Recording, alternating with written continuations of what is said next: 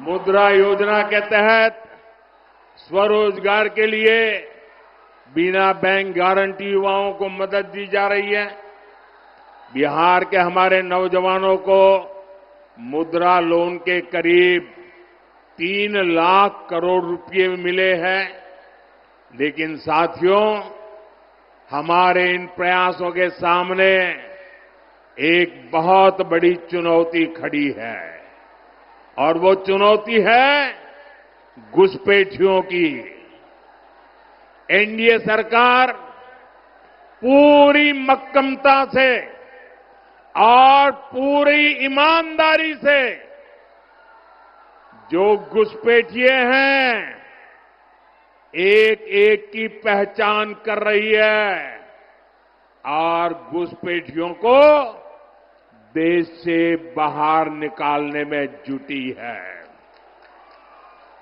लेकिन ये आरजेडी वाले, ये कांग्रेस वाले, ये लोग घुसपैठियों को बचाने में जुटे हैं। ये घुसपैठियों को बचाने के लिए भांति भांति के झूठ फैलाते हैं, गबगोले फेंकते रहते हैं, लोगों को गुमराह करने के लिए राजनीतिक यात्राएं निकालते हैं। साथियों, आप मुझे बताइए, आप मुझे जवाब देंगे नौजवानों? आप मुझे जवाब देंगे? मैं पूछूं, आप मुझे बताइए, ये घुसपैठियों को बिहार से बाहर करना चाहिए कि नहीं करना चाहिए? घुसपैठियों को निकालना चाहिए कि नहीं निकालना चाहिए? जो जहां से आए वहां भेजना चाहिए कि नहीं भेजना चाहिए? साथियों, आरजेडी कांग्रेस को अगर गलती से भी जहां जहां उनको मौका मिला है, जब जब मौका मिला है, ये घुसपैठियों को पिछले दरवाजे से भारत का नागरिक बनाने में लगे रहे और वो सिर्फ आकर के किसी के घर में ठहर जाते, ऐसा नहीं है। एक घुसपैठिए आपके खेतों पर कब्जा करते हैं, दुकानों उद्योगों में घुसपैठियों को ही काम मिलना हो जाता है, आपके बच्चों को उनको काम का जो हक है वो हक ये घुसपैठिए छीन लेते हैं, उनको मिलना शुरू हो जाता है। और इसलिए मेरे नौजवानों, मेरी माताओं बहनों, मेरे मुल्क के मालिकों, मुझे बताइए, ये घुसपैठिए जाने चाहिए कि नहीं जाने चाहिए? ये घुसपैठियों को हटाना चाहिए कि नहीं हटाना चाहिए? साथियों, घुसपैठियों का ठीक से हिसाब हो। आप मुझे बताइए, एक घुसपैठियों का हिसाब कौन कर सकता है? जरा बताइए, घुसपैठियों को कौन निकाल सकता है? एक घुसपैठियों को कौन निकाल सकता है? एक घुसपैठियों को कौन निकाल सकता है? एक घुसपैठियों को कौन निकाल सकता है? मोदी नहीं, आपका एक वोट निकाल सकता है। आपका वोट, आपके वोट की ताकत है, वो घुसपैठियों को निकाल करके रहेगी। और इसके लिए एनडीए की डबल इंजन सरकार बहुत जरूरी है।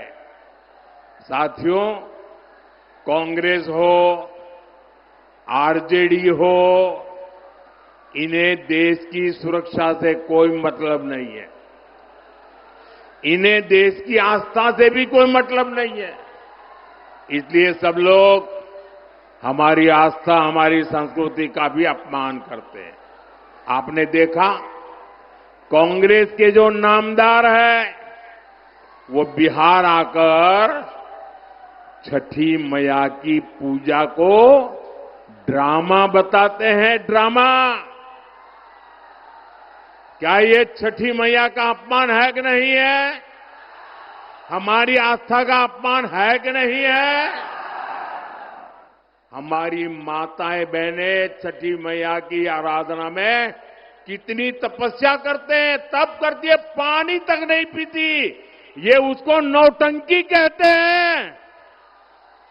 और आरजेडी वाले नामदार ऐसी जब आती है तो उनके मुंह पर ताला लग जाता है।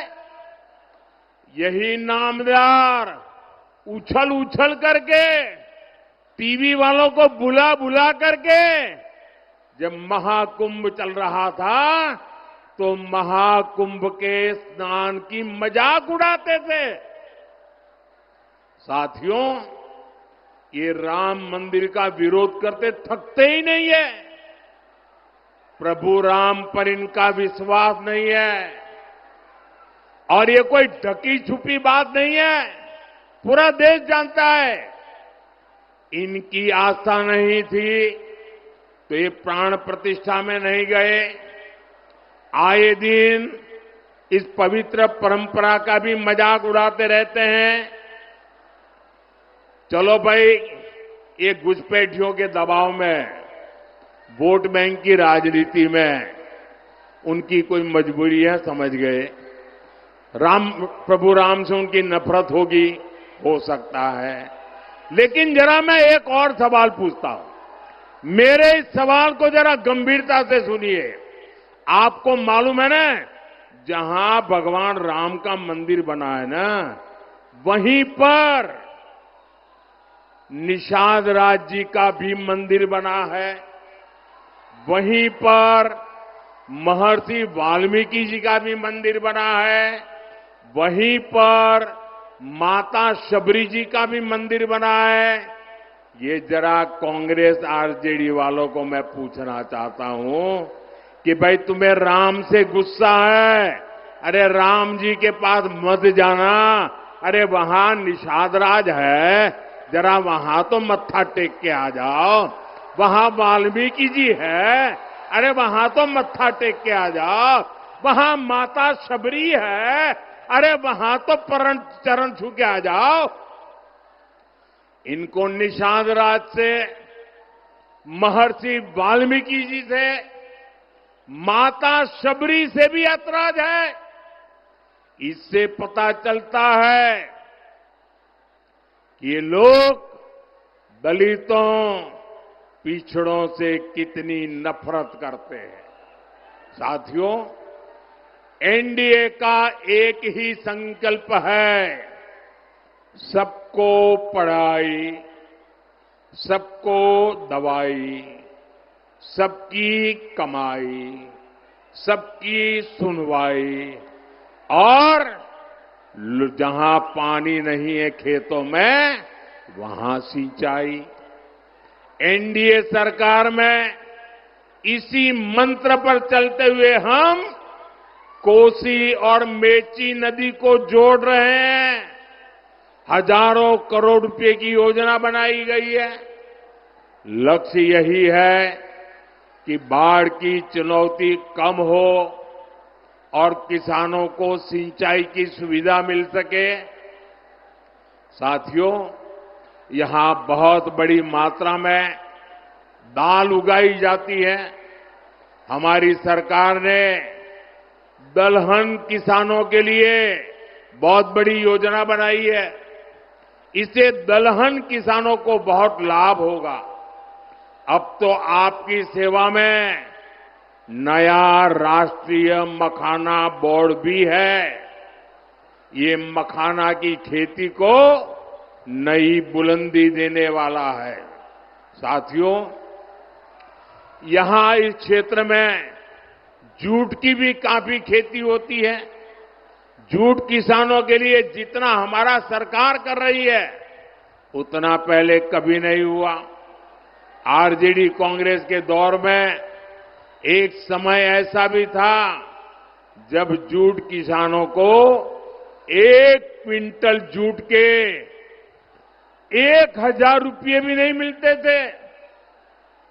ये एनडीए सरकार है जिसने आपके हितों का ध्यान हमेशा रखा।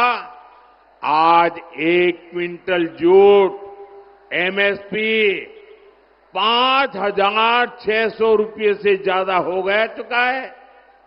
5,600। उस समय 1,000 भी नहीं होता था।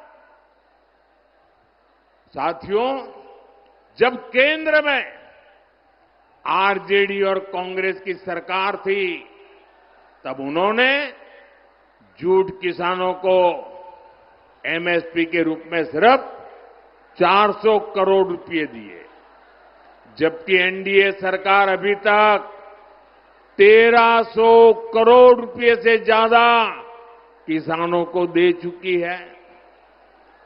इसका बड़ा फायदा बिहार के जूट किसानों को हुआ है।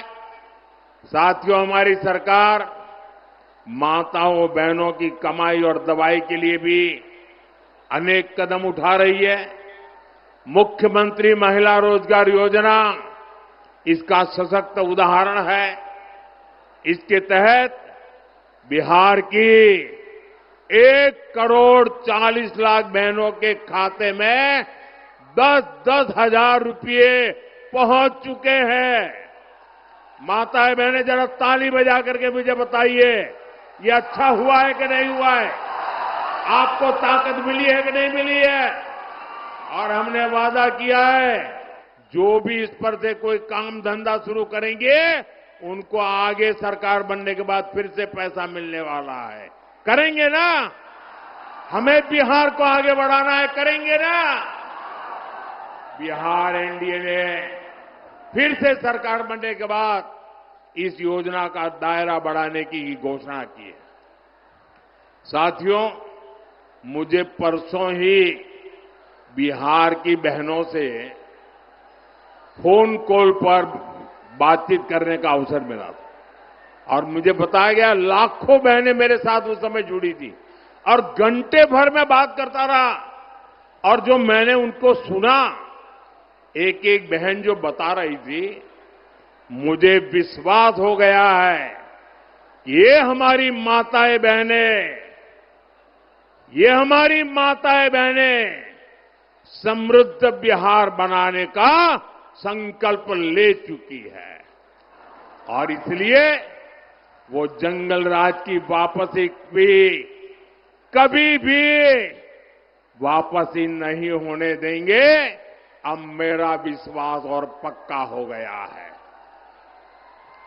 आज बिहार को जंगल राज से बचाने के लिए अगर सबसे बड़ा कोई किला है, सबसे बड़ी दीवार है, सबसे बड़े संरक्षक है, तो ये मेरी माताएं बहनें हैं। ये मेरी माताओं बहनों की ताकत है। ये मेरी माताओं बहनों की जागरूकता है। साथियों, कुछ दिनों पहले मैंने कांग्रेस और आरजेडी में जो झगड़े हो रहे हैं ना, एक दूसरे की टांग खींचने का जो काम चल रहा है, उसकी पोल खोल दी थी। ये पोल खुलने के बाद कांग्रेस आरजेडी के बीच झगड़ा और भी बढ़ गया है। अभी हमने देखा, कांग्रेस ने तो अब उप मुख्यमंत्री पद के उम्मीदवार को ही आरजेडी के खिलाफ मोर्चे पर उतार दिया है। वो मीडिया को इंटरव्यू दे रहे हैं और इंटरव्यू में क्या कह रहे हैं?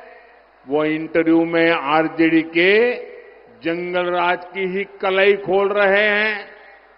वो कह रहे हैं कि जंगल राज में दलितों, महादलितों और अति पिछड़ों के साथ सबसे अधिक जुल्म हुआ है।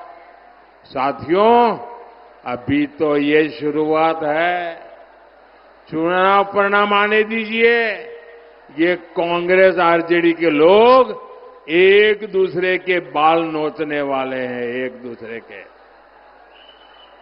साथियों, अररिया में 11 नवंबर को मतदान है। आपको मेरा एक काम करना है। करेंगे? मेरा एक काम करेंगे? पक्का करेंगे?